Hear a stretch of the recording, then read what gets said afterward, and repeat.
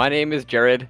I'm from Adamas Esports. I also go by Coach Kona online. I'm a performance and health coach working with version 1.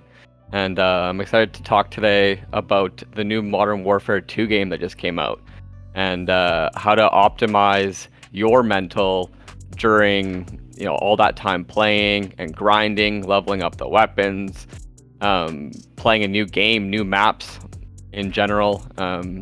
How to kind of keep yourself sane during that, and also try and learn new things along the way. So in terms of how long you should play for, I mean, that's going to differ a little bit between people for sure. Casual gamer, and you just finished school or work for the day, you want to make sure that you've taken care of some of your priorities first before jumping onto the game to sink in a bunch of hours. But then it's more about how to make the most of those hours. So rather than just booting up the game and just, loading match after match, playing just to play, I would say some really good advice could be to have a bit of an intention or purpose when you're playing. You're trying to maybe work on a new weapon to level up the attachments for, and so you're working on certain aspects of your gameplay.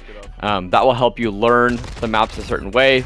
You can maybe play a little more reserved if you're leveling up, an assault rifle, or maybe you're playing a little more fast-paced if you're leveling up an SMG.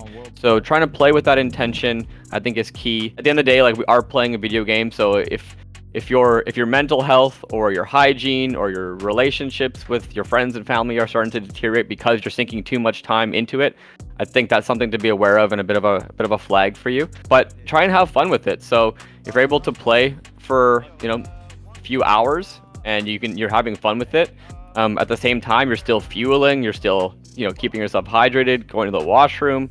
You can use those things to help optimize the grind. Obviously, when the game's new, it's exciting.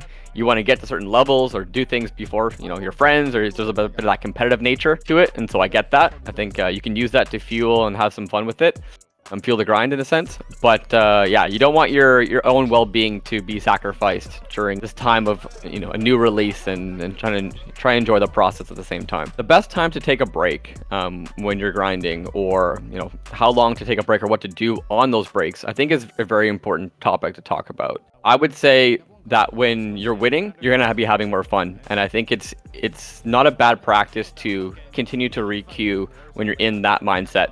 And you feel like you're playing well, you're winning, getting the results you want. But after a loss, maybe your mental isn't quite, where you want it to be. That's a good time to take a little break. That could be 15 minutes, 20 minutes. Get out of the chair, run to the restroom, take a little walk around, the apartment or your neighborhood, get a little bit of fresh air, and then come back. Even previous research with competitive gaming has shown that if you continue to re-queue after a win, your chances of winning are higher. But after a loss, if you re-queue, the chances of losing again are actually higher. But when you take that 20-minute break, you have that mental reset, you can actually break that cycle. And you'll probably also have more fun playing the game at the same time. So during that break, getting in a little bit of fuel. I think sometimes when we're playing a video game that we're enjoying or just really, kind of immersed in, we forget to do some of the fundamental things like go fill up your water bottle, get some food in you. Nothing too dense or too heavy that's going to kind of make us go into a food coma, but some food to help optimize that grind. And so I think those are definitely some things that I would recommend to help break up the day, and at the same time make you feel better about playing for those longer hours of time, especially when the game first comes out. In terms of some key health things to consider while gaming and grinding, I would say some of the top 2 priorities you should focus on are going to be sleep and movement. I think oftentimes when we sit at our desks, whether it's at our consoles or at our PCs, and we're sinking long hours into these games, it often can bleed into the night, disrupting your normal sleep patterns. So instead of getting your recommended 7 to 9 hours of sleep, now maybe we're sacrificing that because we don't want to miss work or school, and so it's cutting into our time that we should be sleeping, which is one of the most important things for our mental health. If I could recommend one thing, in terms of giving you not only a performance buff, but keeping you in a relatively happy mood, it would be get more sleep and try and make it consistent and regular. So that was definitely one piece of advice. The other thing I would say would be to try and move. So whether it's using movement as part of a break that you might want to incorporate into your playtime, but at least before you were to play or after you're gonna go play, go for a walk around your neighborhood. It doesn't have to be long. It could be 10 minutes, could be 20 minutes. Get out, get a little bit of vitamin D from the sun, but also just get some blood flow, get your body in a state that's like, you know, vertical and moving and not just seated at a desk. I say sleep and movement would be two key recommendations, especially for health, physically, emotionally, and mentally. I think one of the biggest takeaways to give you guys when you're grinding this game and you're trying to learn some of these new skills or learn this new game would be your attitude. Going in with a good attitude, using that attitude to play the game with some purpose, whether it's to have fun, whether it's to improve and get better, you know, become insane at the game mechanically. I think your attitude sets the framework or foundation for a lot of how we feel about how we play. It can be the difference between you having a fixed mindset and, you know, like, oh, I like the mechanic from Vanguard or Cold War better.